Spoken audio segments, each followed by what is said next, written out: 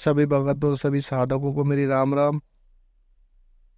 जैसा कि मैंने कहा था, आप सभी के लिए लेकर आऊं मैं एक घर खेत का बंधन करने का कीलन मंत्र, जिससे कि आप अपने घर का बंधन कर सकते हैं और खेत का बंधन कर सकते हैं, कीलन कर सकते हैं।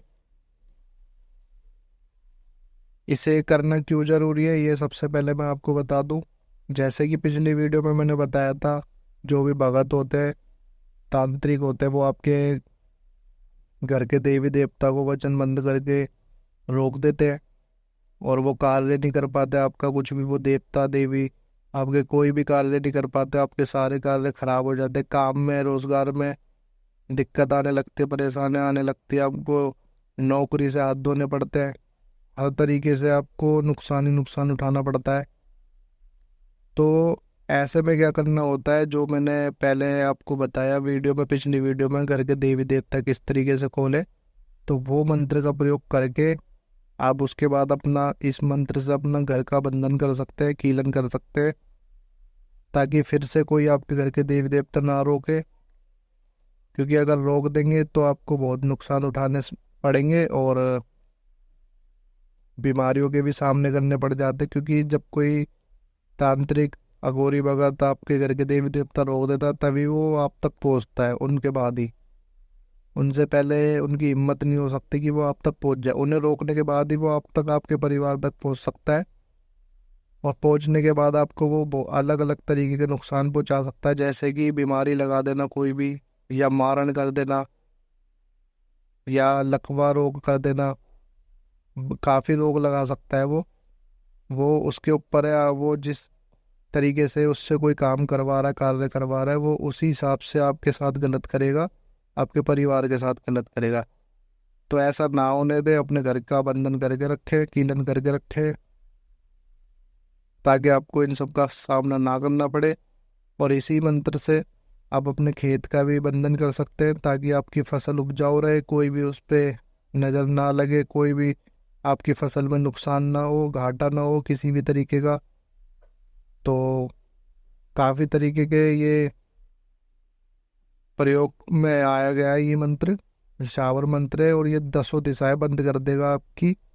जो भी आप जहाँ भी ये मंत्र का प्रयोग करते हैं, वहाँ की 10 दिशाएं बंद कर देता है ये। अगर आप किसी और के लिए करते हैं तो भी आपको, जैसे आप एक साधक है, भगत है, अगर ये का आप कहीं इलाज करने गए, उसके घर का बंधन करना है, तो आप इसी तरीके से, जिस तरीके से मैं आपको बताऊंगा, इसी तरीके से आप अपना भी घर का कीलन कर सकते हैं और दूसरे का भी कर सकते हैं।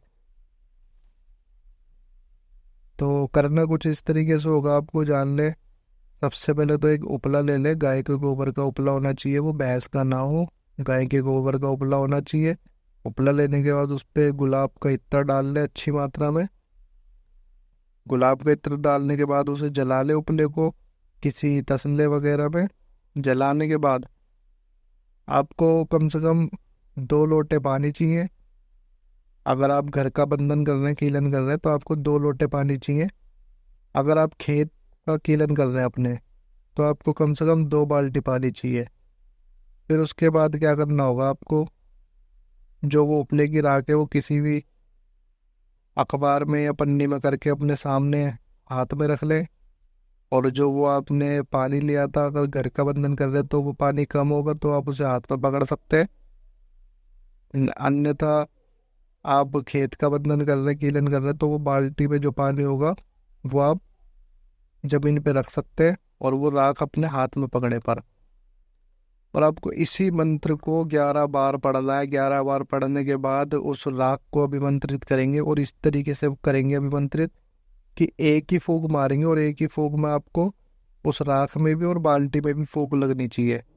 यानी कि आप एक ही फूंक में, जैसे हर एक मंत्र पढ़ा, एक फूंक मारी, तो एक ही फूंक में आपको वो राख में भी फूंक लगे, और उस बाल्टी में भी, या उस पानी में भी, लोटे के पानी में भी। इस तरीके से आपको फूंक मारनी है। आपको एक बार फूंक मार दी, फिर दूसरी बार फूंक मार दी, ऐसे नहीं करना है। एक मंत्र पढ़ के सिर्फ एक ही फूंक मारनी है। ऐसे 11 बार मंत्र पढ़ना है और 11 बार फूंक मारनी है। इस तरीके से आपका पानी और वो जो बबूत है, वो दोनों अभिमंत्रित हो जाएंगे। अभिमंत्रित होने के बाद और इस एक कार्य और कर लेना आपको, उस पानी में कुछ गंगा जल भी मिला लेंगे आप।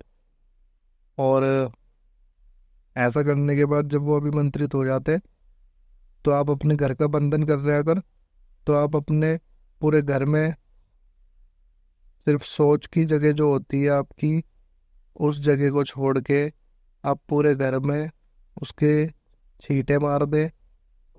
और अपने छत पे भी, अपने घर के आंगन में भी, हर जगह उसके छींटे मार दे। अपने साधना कक्ष में भी, पूरे घर में, पूरे घर के अंदर छींटे मार दे उस पानी के।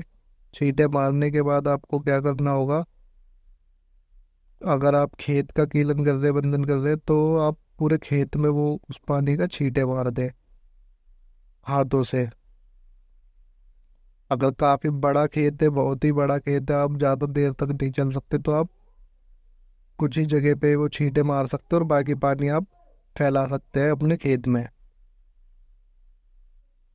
ऐसा करने से आपके घर का बंधन होगा, कीलन होगा, ऐसे ही आपके खेत का बंधन होगा, कीलन होगा। ये काल भैरव जी का सिद्ध सावर मंत्र है।